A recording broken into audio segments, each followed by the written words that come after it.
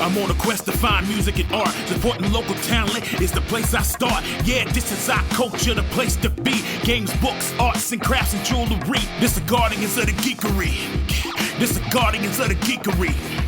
This the guardians of the geekery. This the guardians of the geekery. And now for today's episode of Guardians of the Geekery with your hosts, Matt, Carol, and Joey.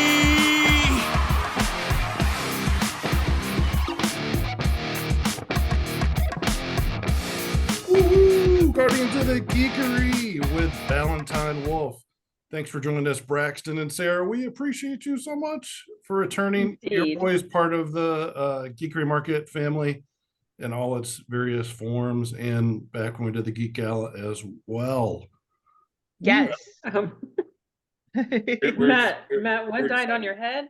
I was trying to match a little bit of Braxton's elegant mane, but I turned out more like Slash's I grandfather. was going to say, Slash, is that you? It's more like Tommy Wiseau in my Oh, gosh. opinion. Oh yeah, I did do that for one of those events. We're sorry. We you know we love you because he puts Absolutely. that on. So I didn't say it was a healthy love. It's just a love. So I mean, Might be a little stalkerish, but we are employed, so we do contribute to the Patreon. So hey, it's okay. Oh, well, Valentine Wolfe back again. Braxton, Sarah, thank you so much for being here today. And we are so excited that you're once again going to be helping us out with the Geekery Market. And in fact, going to be doing even cooler stuff this year, which we'll talk a little bit about.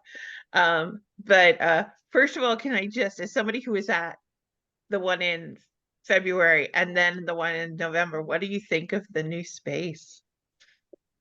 I think I loved the new space. I thought it was really it. I think there's so many things about. I think it's funny, and this will actually tie into what we've got coming on. I think a lot about these things about imagining somebody waking up in the morning and going, oh, I want to check this out, and like what happens throughout that whole thing. And I just the first thing they experienced is parking, which was really good. Parking I thought the was parking was great. So when they first get there, the first thing they do is already off to a great start. exactly. I mean, it's weird. It's like, what makes a good event? I'm like, parking. 2,200 square I parking mean- spaces. Like we hit the jackpot of parking spaces. I So. mean, it was like one of the easiest load. It's like, people, you're romanticizing what we musicians think about a lot. A lot of it is just sort of like, man, that load in went really well. So easy. Got the gear in, got the gear out. I didn't have to go like up 8 flights of stairs through a back corridor. I mean, it's like, we got there, we're like, okay, yeah, this is going to be great. And it wound up, the whole thing, everything about, I think, the space, the environment, the vibe, the feels, it was, yeah, I think, I think being in a really cool, welcoming space is awesome and important. And I think even from, talking about all the folks who came out, just seeing that they were really, again, it was very inviting. It was easy to find. I mean, all these things, it seems like, it seems like maybe I should be saying something less, ruthlessly pragmatic, but I think that's what it's about though. It's like when all that stuff is taken care of, you can more easily let the imagination off the leash. And I think in the fall, this last time, we were outside, and I think we're going to be bringing some low volume inside stuff. So that's kind of cool, because every time I could come in and walk through things, I was like, oh yeah, this looks so cool. This looks so cool. So And now you'll be part of the cool inside. So yes. Yeah. So we weren't But sure how it was going to work this first year. And Braxton, you and I and Sarah, we had a talk afterwards. People always joke about it, but they kept seeing me sitting there on my scooter like this. And they're like, what's wrong? What's wrong? I'm like, nothing's wrong. I'm just trying to figure out how to make it better. Like I just watching traffic flow. I'm kind of enjoying the fruits of our labors and seeing people have a good time, but also like okay, we need to tweak this or we need to tweak that. So next year it's better. And your suggestion of bringing the ambient music inside so people can shop and listen at the same time is perfect. And we're so excited, and it's doable. We weren't sure with the concrete walls, like what it would be like, but having been there now, we're like, yeah, we can totally do this because we have so much fabric and stuff that will absorb the sound. So it's not as echoey as when you're in there by yourself. Mhm. I'm sorry, it's just this random cattail down the middle of the screen. For 15 minutes, she just laid there in between podcasts. And the second I started talking, it's like, oh, I need to make my presence known. Well, we love cats, so it all works. And I will say, yeah, if you have checked out the Geekery market in the past, or if you're thinking about it, or if you're familiar with our music and you're thinking, how are they going to bring like the epic Nightwish metal? The short answer is we're not. We're doing something completely different, but still very, in my view, very, very epically cool. We've got a few like unique things up our sleeves, I think. So that's like the other thing. If you are a Valentine Wolfe fan and you're thinking, I may want to come to the Geekery market, but like, maybe, I've heard them do this stuff before. You haven't. You're gonna hear something. Awesome. But if you're disappointed too, you're like, wait, you guys are not gonna play Annabelle Lee? It's like, well, it's still gonna be us. It's still gonna. If you like what we do, you're gonna have. I think you're gonna. If you like what we do, you're gonna like the music. But it's also gonna be something that you're not gonna be able to hear anywhere else. So Yeah. we're pretty excited about what we've got. What we've got up our sleeves. So Yes. And so that way you don't have to pick between music and shopping or Lego building or whatever. You can do it all. We were going to have it all in the space. The only thing you have to do outside is the sword fighting, because sword Yeah, that's a fighting bit- and handmade crafted items, not a good mix. So we could have bad things happen. But I think having you guys inside, just providing that vibe, and we'll have the seating and we'll have the tables so people can eat some of the amazing food that's going to be there and chill out and chat and listen. And you're bringing some cool friends with you. Marcus is coming back, and all sorts of stuff. So we're very excited about that. But we're also excited about your recently launched Kickstarter, because we, of course, are recording this in the future and it's already Kickstarted. But Yeah. and congratulations on the amazing success you've had with it so far. I'm just going to put that out there into the universe. Well, thank you so much. But tell us a little bit about your Kickstarter and your new project that you're working on. Okay, so this is a very special year for us. We are doing a vinyl release for the first time ever. And so that's going to be super exciting for us. We don't know why we've never done that before, but this is the year where it's going to happen. And so we've re-recorded Annabelle Lee, because that's one of our more popular songs, and that's going to be on there, of course. But we also are going to have a bunch of songs about Dracula on there. So this is going to be pretty fun. I think talking through when we talked about, bringing it back to what I was saying about coming to the Geekery market, we started really thinking about, and I mean, I'm still when I started listening to music, I mean, it wasn't really, I missed kind of vinyl at that point, but really when I first started seeking out and buying my own music, it was tapes. And there was that whole experience of the cassette tape and flipping the tape over. And, if you wanted to listen to a specific side on side two, or example or whatever, like, I remember it's like, I want to hear, I want to hear the Clairvoyant by Iron Maiden right now, but like I don't really feel like fast forwarding the tape, so I'm just going to listen to side two because I know I'm going to like everything on it. And that means that for me, I always think of side A, side B, top to the bottom. And so I think once we realized, we're really going to do vinyl, it really made everything for us very ambitious. We had a lot of songs that all seemed to be inspired by Dracula, and I think that came from writing some more ambient music inspired by our collaboration with our very good friend Dacre Stoker. And then we thought, okay, well, the piano voice and creepy bass stuff is cool, but like, what if metal? What if distortion? Yeah. And then, as Sarah mentioned, we've the funny thing about Annabelle Lee, which is even if you look at our Spotify stats, our YouTube stats, like they tell maybe not the story it is. I can't take it out of the set list because I've tried. I was like, maybe let's just not play Annabelle this time, and invariably somebody will come up and say. In fact, actually, last December we played a show and we didn't play it, and our friend Michelle was like, "Oh, I was hoping to hear Annabelle Lee." So it's like, so we're like, okay. And then Sarah pointed out that we need to, as we've grown, as we've written more songs, we've sort of noticed there's a difference when Annabelle comes up in the set. It's still fun to play, but we're like, we need to maybe make it, you know. We wanted to update it a little so it would match the sound of our newer songs. And then to me, Sarah wrote a bridge section for a different version of Annabelle Lee. We've got like, I think 4 or 5 versions of musical settings of Annabelle Lee last time I checked.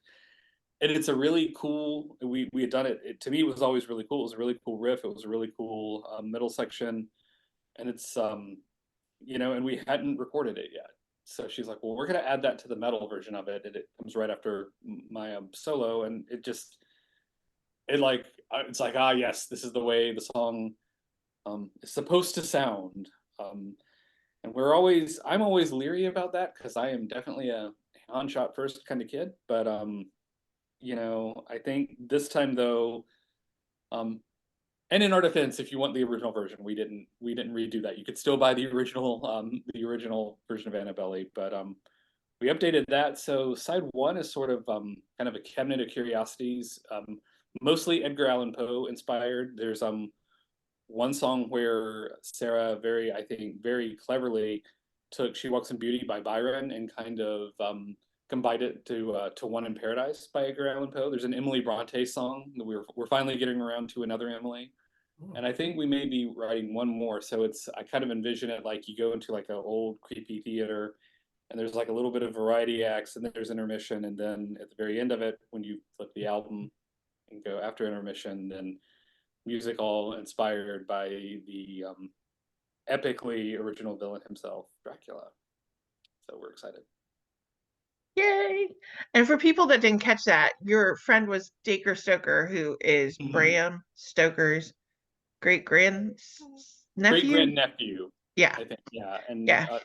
Dacre has got a really, even if you think you've read Dracula a million times and you know the story, you definitely need to check out what Dacre does, because even for me, just the creative process that Bram involves, things like the thing that sticks out is like the number of steps from the dock at Whitby when the Demeter, and spoilers, but the book's, you know, over 100 years old now. So, you know, I think even when the ship, like the number of steps from like when the ship wrecks to like the cemetery is like accurate. It's really all the detail that goes into writing that novel. It's just, you should really check out what he does. And if you and every now and then, if you see us on the bill, we've written, Sarah composed a bunch of incidental music to accompany his Stoker on Stoker lecture that we gotten to do a few times. So yes, we were That's so awesome. it's a pretty cool. Yeah, he read some of the parts that did not make it into the book. So he was reading certain selections and we underscored that with some of our own creepy music. That was so much fun for us. And getting to do that presentation with him inspired us that we need to write more Dracula songs.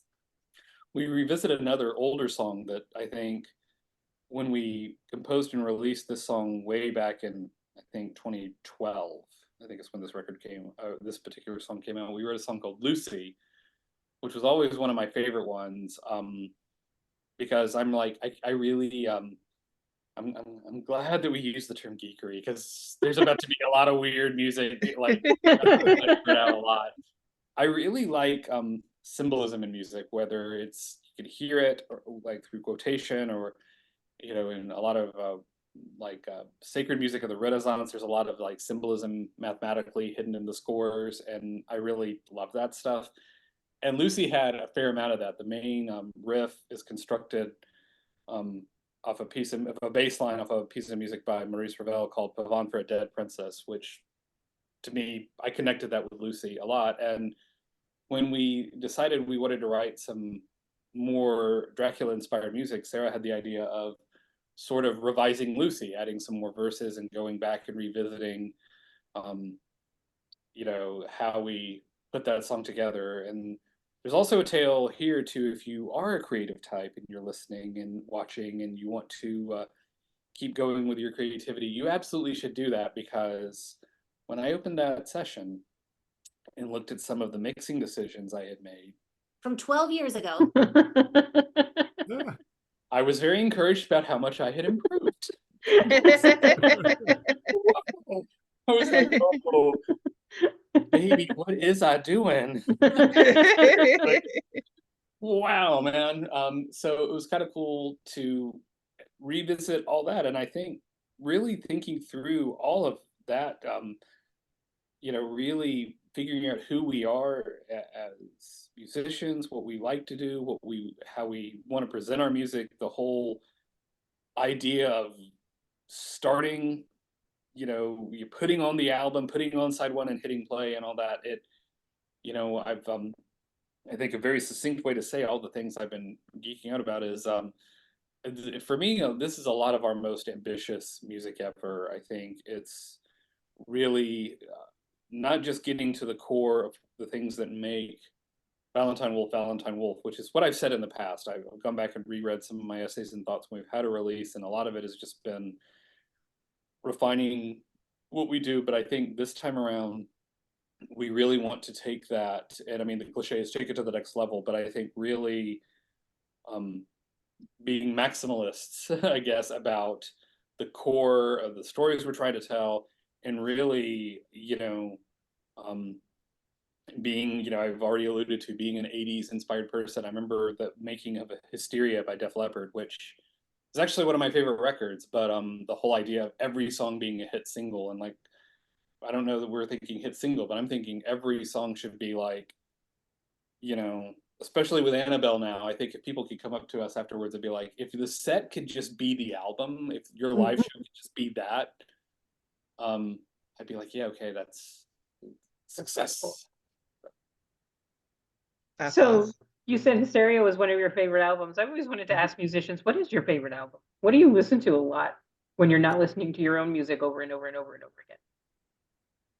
Right now, one of the bands that we're kind of binge listening to is Lord of the Lost.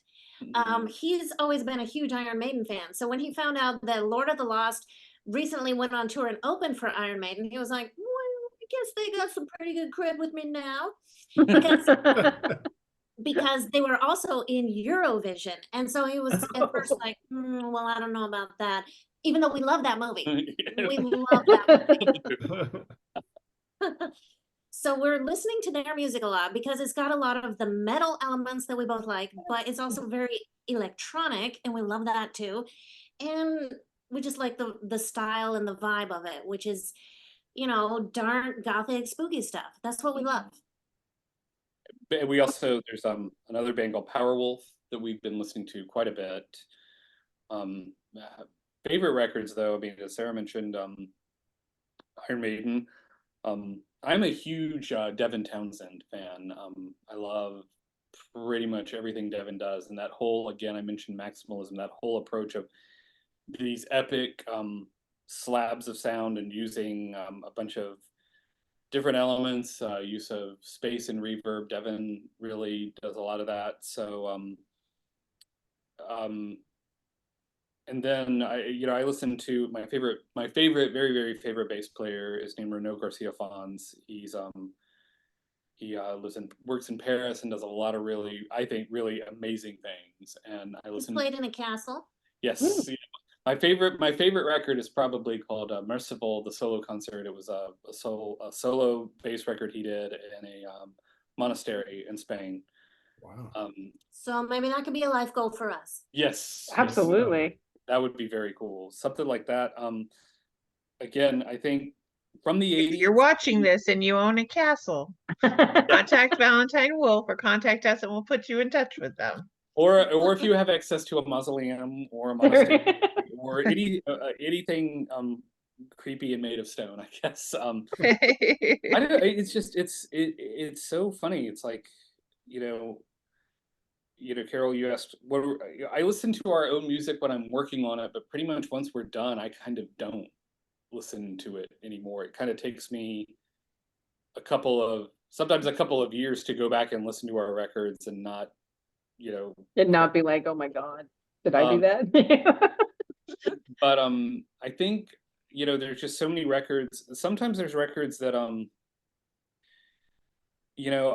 talk there's an album I really am fond of the band Living Color, and their album Stain, which came out again, I think, at a certain point in my life where I kind of really realized that a lot of my conception of like what a record sounds like has to do with that record. And it's weird because I've only recently, when people say, oh, albums that made you really think about that one, but there's certain I've been on a big Concrete Blonde kick lately, Beyond Bloodletting.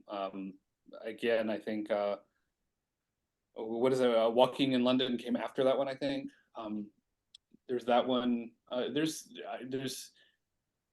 so much great music. I know. Awesome. So much great music. There's so much, and there's people every day making even more killer music. So it's awesome to have like that world of inspiration just always open. Absolutely.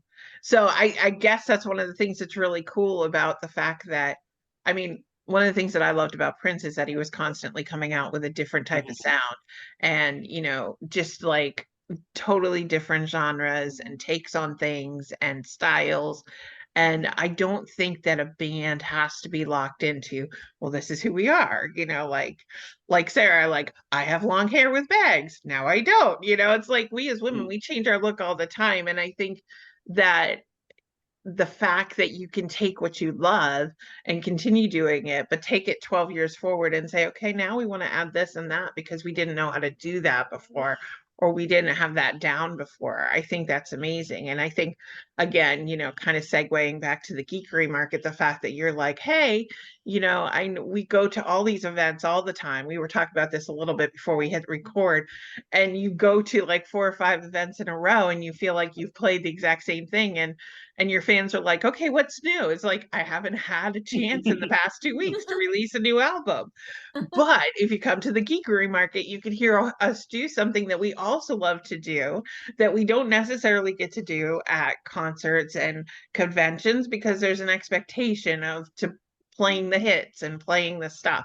And this is a chance for somebody to come and really get to see a different side of you, as well as the stuff you love. And you'll be selling the albums and the CDs and stuff. So if you want that stuff, yes, you can play that on the way home from the market in your car, but you can come and hear something you won't have heard anywhere else because it's going to be that ambient sound. So I love that about you guys, that you don't just, like you said, another Emily. It's not just Emily Dickinson and Edgar Allan Poe, but there's so much more that you explore.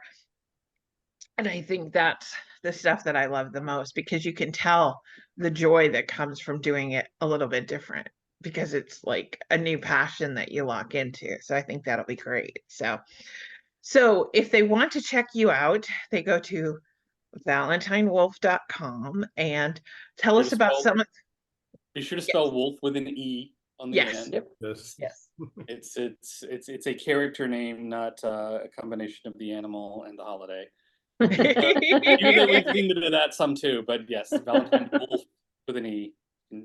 Yes, and tell us about some of the events you have happening in June, July, and August leading up to the market that they might want to come and see you at. So, well, we mentioned our collaboration with Dacre Stoker. We are doing Dracula Unearthed. I forget what we're calling it, but a night of lectures and declamations down in Pendleton, South Carolina, which is near Clemson. We'll be at the Clemson Little Theater, which is going to be really, really cool. That should be, I don't have the date of that memorized right off the top of my head, but I know it's right before we are heading back to Congregate.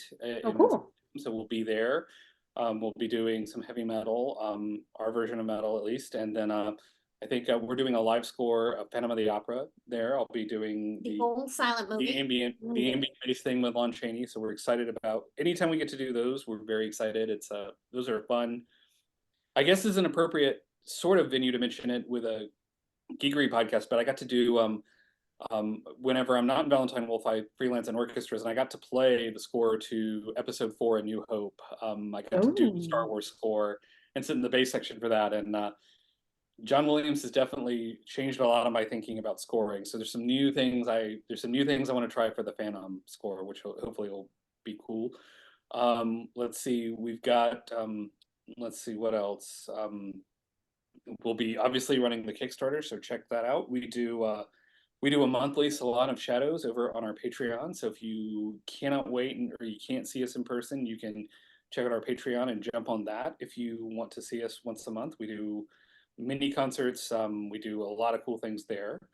Let's see what else. I forgot the Cryptid High Tea. I think that'll happen. We're doing our good friend Suzanne is sort of the mastermind behind time travel events down in Atlanta, and so we are doing a Cryptid High Tea with our good friend Tally Johnson's going to be telling stories. Yes. Oh, sweet. We're going to be doing ambient music. I'm going to pull up our calendar right now to look at that date. Sorry, I'm doing a weird thing there we go. So the Cryptid High Tea, that happens June 8th. We'll be doing that. And then we're heading back down to Atlanta for a horror convention called Monsterama in August. So there's a lot of cool stuff coming up. You can go to our website and see kind of what all we have in store. So we get to make cool things, and we love it when we can share those cool things with awesome people. So definitely come hang out with us. And folks, definitely check out their Patreon. Consider signing up for as little as $1 a month. If you like good music and you want it to continue and not disappear, you have to support it. So we love you guys. We hope your Kickstarter ends on a really high note or a really low note with your bass, whichever you prefer. And, we got it covered, soprano and bass. I gotta say, we love you all too. I think y'all have been so hyper supportive of Valentine Wolfe. Like when I name check songs we've written 12 years ago, it's like I could see, oh yeah, I remember that too. And so y'all have been, again, Carol booked us like not only like it was like the first convention gig we ever did. That was Carol. Happy to do it. Who was like, I think blush. She's so blushing now. She talks about it all the time. She's like, Valentine Wolfe are like my little con babies because I well, no, y'all are amazing, and I always say this, but I really, truly, truly mean it, especially with the 3 people right now. There really is no Valentine Wolfe without y'all. So thank you. Okay. On that note, we're gonna end. Thank you so much. Check out ValentineWolfe.com and come and see them at the Geekery Market in November. You won't be disappointed. We love you all. Bye. That was an episode of Guardians of the Geekery. Thank you for listening. Check us out at guardiansofthegeekery.com and stay tuned for more content.